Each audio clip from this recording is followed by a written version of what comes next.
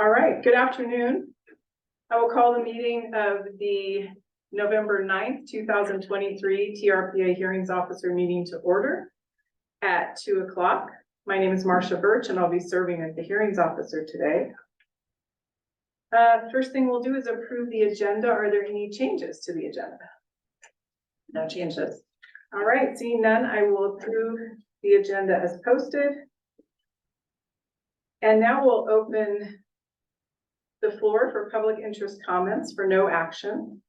Any member of the public who wishes to address the hearings officer on any item that is not listed as a public hearing item on the agenda may do so at this time. Public comments on any public hearing item will be taken at the time those agenda items are heard. The hearings officer is prohibited by law from taking immediate action on or discussing issues raised by the public that are not listed on the agenda. All right, so we don't have anyone in the room. So Jessica, is there anyone online who has a public interest comment? If any member of the public would like to address the hearings officer, please raise your hand now by clicking on the raise hand button at the bottom of your screen or by dialing *9 if you've joined by telephone. There are no hands raised. Okay, I will close the public interest comment period. Next item is the announcement of appeal rights. Any decision of the hearings officer is appealable to the TRPA governing board. The notice of appeal, which can be found on TRPA's website, and associated fees must be filed within 21 days of the hearings officer decision. All right, so we will move on to our public hearing items. And our first item is the back home land capability challenge. 81 observation, Placer County, California, assessor's parcel number 093-120-010, TRPA file number LCAP 2023-0197. And this is Julie Roll's item. Yes, hi, I'm Julie Roll, Senior Planner in the Permitting and Compliance Department. As Marcia mentioned, this project is a land capability challenge for a parcel on Observation Drive in Placer County. It was reviewed on behalf of TRPA by outsourced consultant Phil Scholes. Based on the findings in the field, staff recommends changing the land capability from class 3 to class 4 and 6. And Phil Scholes is on the line. He can give us a few more details about his findings. Yes, thank you very much, Julie. I conducted this land capability challenge on behalf of TRPA in September. The applicant had submitted a request to have the TRPA staff do the analysis and description of the soils and so on. We dug one pit, which was representative of the entire parcel. What we found was that while the soil had some similarities to a known soil series called the Tahoe or George complex, that only represented the upper part of the soil. The lower part of the soil was a buried soil that was from a time when Lake Tahoe was at a much higher elevation. So we sort of have this hybrid between two different kinds of soils. The way that TRPA has handled these kind of situations where it's not really a good fit into an existing soil survey is that we identify it as an unnamed soil type. We designate that XXX, and on this one we had two phases or two classes of soil on this, one for a slope of 0 to 16% and another for 16 to 30%. And you can see on the site diagram that probably 3/4 of the site has a slope of 16 or less percent, and only the sort of the northwest corner has an area that's barely over 16 at 17%. We don't count the steeper slopes that are created by the road as an adverse element to it. So we sort of predict what we believe the slope would have been in those artificially steepened areas. And so that's how we sort of draw our lines when we go up a steeper created slope like that. Bottom line is it goes from a class 3 to a class 4 for slopes 16 to 30% and class 6 for 0 to 16%. Thank you, Phil. That was actually a very helpful explanation for this. I appreciate it. Sure. Okay, so is there anyone from the applicant who would like to make a comment? There are no hands raised. Good afternoon. Okay. Oh, there we go. Hi, this is Abby Edwards from Tahoe Land Planning, and I represent the back homes on this challenge. And we have no comments. We concur with the findings that Phil has made and seem like a fairly straightforward challenge, and no other comments. All right, thank you, Abby. Okay, did we receive any public comment? No, we did not. And is there anyone here today who would like to make a comment? Let's check online and see if there are any public comments. All right, if any member of the public online would like to address the hearings officer on this item, please raise your hand now by clicking on the raise hand button at the bottom of your Zoom screen or by dialing *9 if you've joined by telephone. There are no hands raised. All right, well then I will close the public comment and take action on the project. I will approve the proposed land capability challenge for the back homes. TRPA file number LCAP 2023-0197. All right, and we will move on to the next item, which is also a land capability challenge. It's the Nelson Land Capability Challenge at 5647 Rhodesia Road, Placer County, California. Assessor's parcel number 116-210-024. TRPA file number LCAP 2023-0121. Also Julie's item. Yes, this is Julie Roll again. As Marcia said, this is another land capability challenge, this time for a property on Rhodesia Road in Placer County. This project was reviewed on behalf of TRPA by outsourced consultant Marshall Munnicke. Based on findings in the field, staff is recommending changing the land capability from Class 1C to Class 6. And Marshall's not able to attend the meeting today, so she gave me a little bit of a summary to share with you. The parcel is mapped as stony colluvial land, which is Class 1C. This type of map unit does not have soil components described. It was used to map areas with 50 to 90% surface cover of cobblestones and boulders. We often just refer to it as rock outcrops. So this parcel is gently sloping and underlain by volcanic mudflow material. There are few stones and boulders on the surface or in the soil profile. Since it lacks high cover of rocks, it does not fit with the map stony colluvial map unit. The soil on the parcel is very deep, less than 35% rock fragments, and similar to the George series soil series. Similar to Tahoe soil series. The 2007 soil survey has it mapped as the George type, which they're very similar, but Tahoe has less than 35% rock fragments. So in this case, it's considered the George Tahoe complex Class 6 based on slope. And I will just add in there, we did not receive any public comments for this one so far. All right, thank you. So is there anyone representing the applicant on this item? Phil Scholes has his raised hand. Oh, Has his hand raised, sir. I believe he is representing the applicant. No. Yeah, I don't know if I'm commenting just as a member of the public, but the findings are very typical for other land capability challenges that have been done in this area. Where Class 1C goes to Class 4 or Class 6, depending on the slope. So while I'm not familiar with this actual location, I'd say that the overall finding is consistent with that whole neighborhood. Yeah, Phil's correct. We've done several, I believe, on Rhodesia Road in particular, so. all right. Thank you, Phil. That was helpful. Okay, so we don't have an applicant representative. Do we have any public comments on this item? If any member of the public would like to address the hearings officer on this item, please raise your hand now by clicking on the raised hand button at the bottom of your screen or by dialing *9 if you've joined by telephone. There are no hands raised to comment on this item. All right, then I will close the public comment and take action, and I will approve the proposed land capability challenge. TRPA file number LCAP 2023-0121.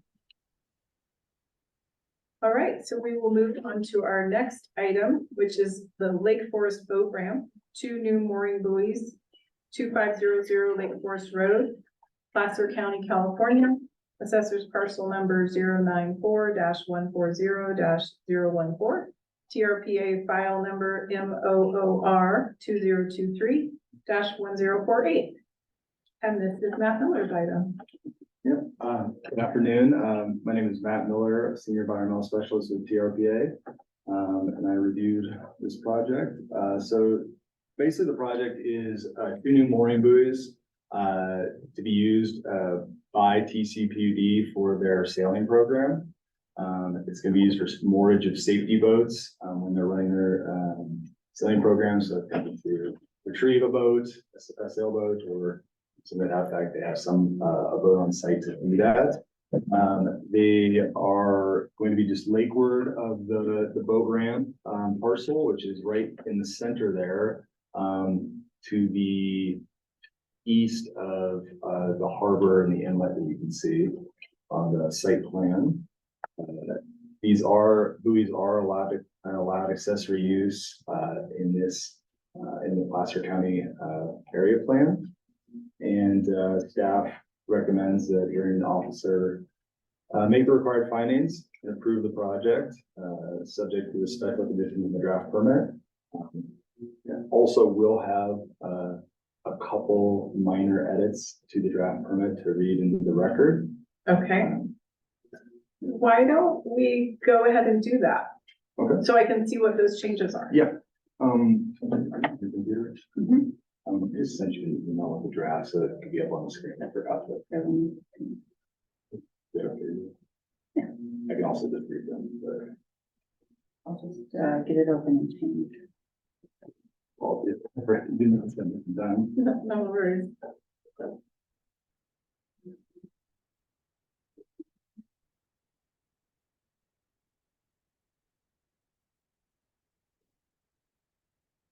Wouldn't mind scrolling down to page 2 of the permit. So page 3 of it, yeah. Here. So I can't see it from here, so I need to look at mine. So this isn't actually the substantive change, but since there was a change to make, I correct the grammatical error. But in the special condition 1 of the permit, the second sentence, the moorings were allocated from the public agency mooring pool and will be utilized for the moorage of safety watercraft associated with the sailing program. So the correction is of. Okay. Sorry, I just thought I'd put it there because I noticed it when making this other correction. So, and then if you would scroll down, Jessica, for me to 3, condition 3. And then it says condition 3B3. The blue contour line is mislabeled as low water line. Correct the label to 6219 feet and add the low water line elevation 6223 feet Lake Tahoe data. Okay, so just clarifying that. Yes, so essentially there was a discrepancy in the site plan where a line was identified as the low water line, contour line. It was actually 6219. And so that was what the original correction was in there, but it wasn't clear that they also needed to replace the low water line on the site plan as well. So we just want to make sure it's clear that we wanted both of those contour lines Okay. on the site plan. Okay. That sounds good. So did you receive any public comment on this item? We did, and I don't believe that person is on the line. So I'll go ahead and summarize those comments received. So, sorry. They're not. Okay. So there was a multitude of different comments. But essentially, they could be categorized into fish habitat, streamouts protection zone issues, navigation issues, equestrian use, and noticing. So for fish habitat, the concern that was brought up was the proximity of the project to the fish ladder within Star Harbor, and the streams that converge there may impact fish habitat. This project where it's proposed is 2 buoys. Could you go back to the site plan? Where the buoys are proposed are outside the stream mouth protection zone. So the existing stream mouth protection zone, so there's not a concern there, because they'd be prohibited within the stream mouth protection zone. You can see in the site plan that Jessica just brought up, the blue circle is the stream mouth protection zone. No worries. Stream mouth protection zone as mapped. And then the yellow area within the lake, that's all feeding cover habitat for fish habitat, with some spawning habitat close to shore in the red. But essentially these buoys are the 2 red dots at the bottom of that map there, and they are well outside the stream mouth protection zone as mapped, and within feeding cover, that habitat will be mitigated. That those impacts to that habitat will be mitigated. Yeah, I noticed that in the staff report. And let's see here. Second part, so as far as the stream mouth protection zone is concerned, there's this kind of a separate concern on that. So as you can see that where that stream mouth protection zone is mapped, doesn't look like a stream. This is a blue area, the blue circle is the stream mouth protection zone. The stream was rerouted at some point as far as I'm aware into Star Harbor, which is the harbor to the east of that stream mouth protection zone. I haven't been out there personally. As I understand it, there's not really a stream running where that stream mouth protection zone is mapped, but that is the historic meander of the creek that may no longer exist. So the concern from the member of the public was that the stream mouth protection zone needs to be remapped, and that potentially this project would be within that or close to that. It has not been remapped. The board would have to adopt a new map for that stream mouth protection zone. So we only restrict mooring buoys from being within mapped stream mouth protection zones. Further, you can see the size of the historic meander of where it used to be. You know, this is, I don't have all the fisheries background, but just generally where it comes in is channelized. So there's not really going to be a meander for the new location. And the way the code defines stream mouth protection zones is actually the historic meander, and this location is not a historic meander. But that said, I don't think, that stream mouth protection zone area is defined by the size of the meander. So without a meander, we could expect that actually these buoys may even be farther away from that. Right. Because it comes out into the harbor. So Right, because at this point, the stream that was emptying where that blue circle is now emptying into the harbor. That's my understanding of Okay. how it's been okay, but that hasn't been as far as stream mouth protection, that hasn't been recognized by the TRPA.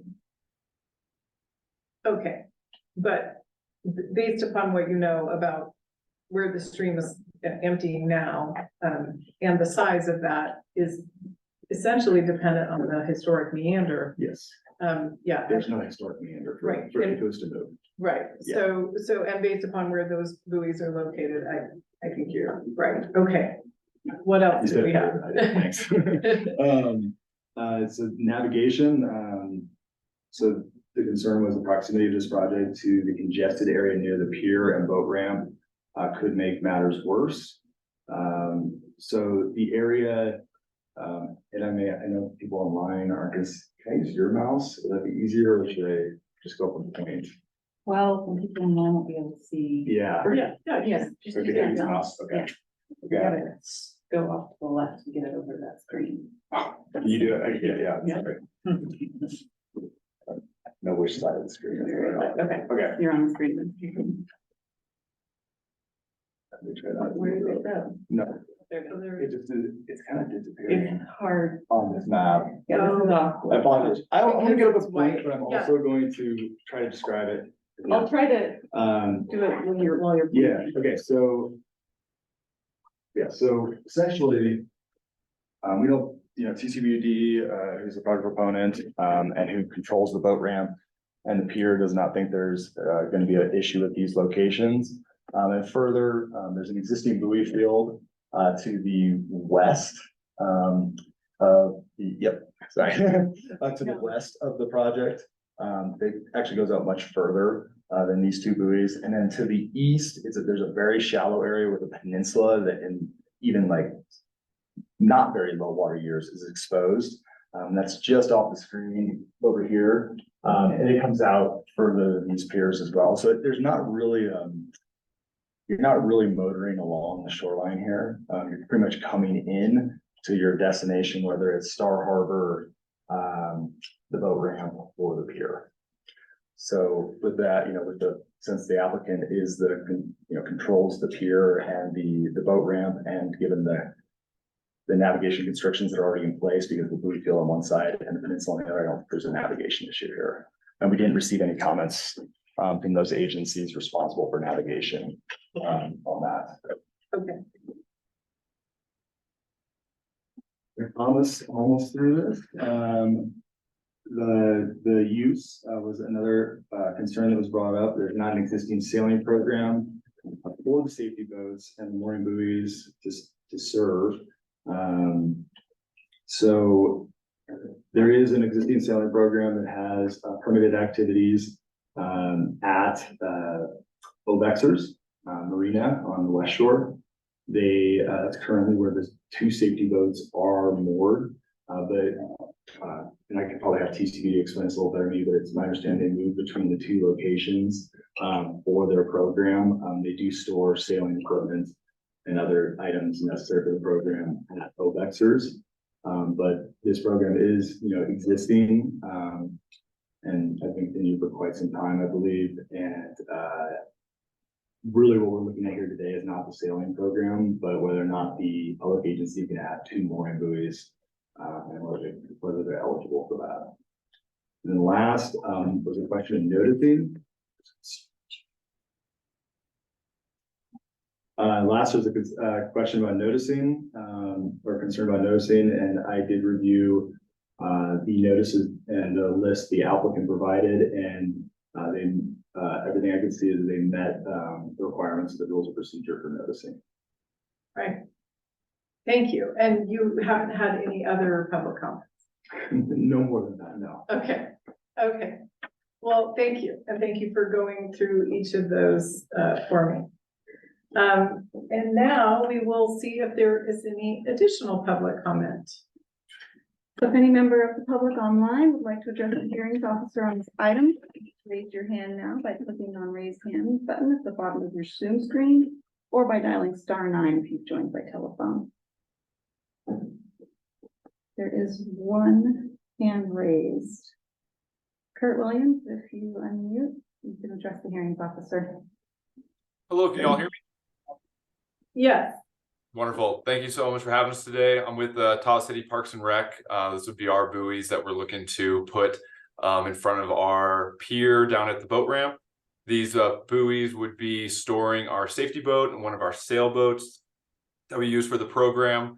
Currently, we have to pull our sailboats because we don't have space to moor them down at Obexers. We pull them daily up and on the ramp, and this would just be able to keep our safety boat on location in the water, and then we would just for the whole summer, and then be able to pull it out at the end of the year. So it just kind of make it a lot more smoother and streamlined for us, not in the safety of not having to pull it out in every single day, and then the fuel and time. And then, as I think it was mentioned earlier about how we have the program at Obexers, which we'd run from Tuesday through Friday. We are on our Monday night race teams over here on the property at the Lake Forest, and then this boat would just be able to stay on site to be the safety boat for that Monday night program. All right. Thank you very much. That was helpful. Yes. So, do we have anyone else from the applicant? But the applicant, no. Okay, okay. So I apologize. I skipped over that. And so do we have any other public comment? There are no other hands raised to comment on this one. Okay. Well, then I will close the public hearing. And Thank you, Matt, for going through all of those items. But it's helpful. I think it's important to resolve those things, and you did for me. So I will approve the findings contained in the staff summary and a finding of no significant environmental effect. And I'll approve the project based on the staff summary, the record evidence, subject to the conditions contained in the draft permit as amended. All right. Thank you, everyone. All right, so we will adjourn at 2:25 p.m.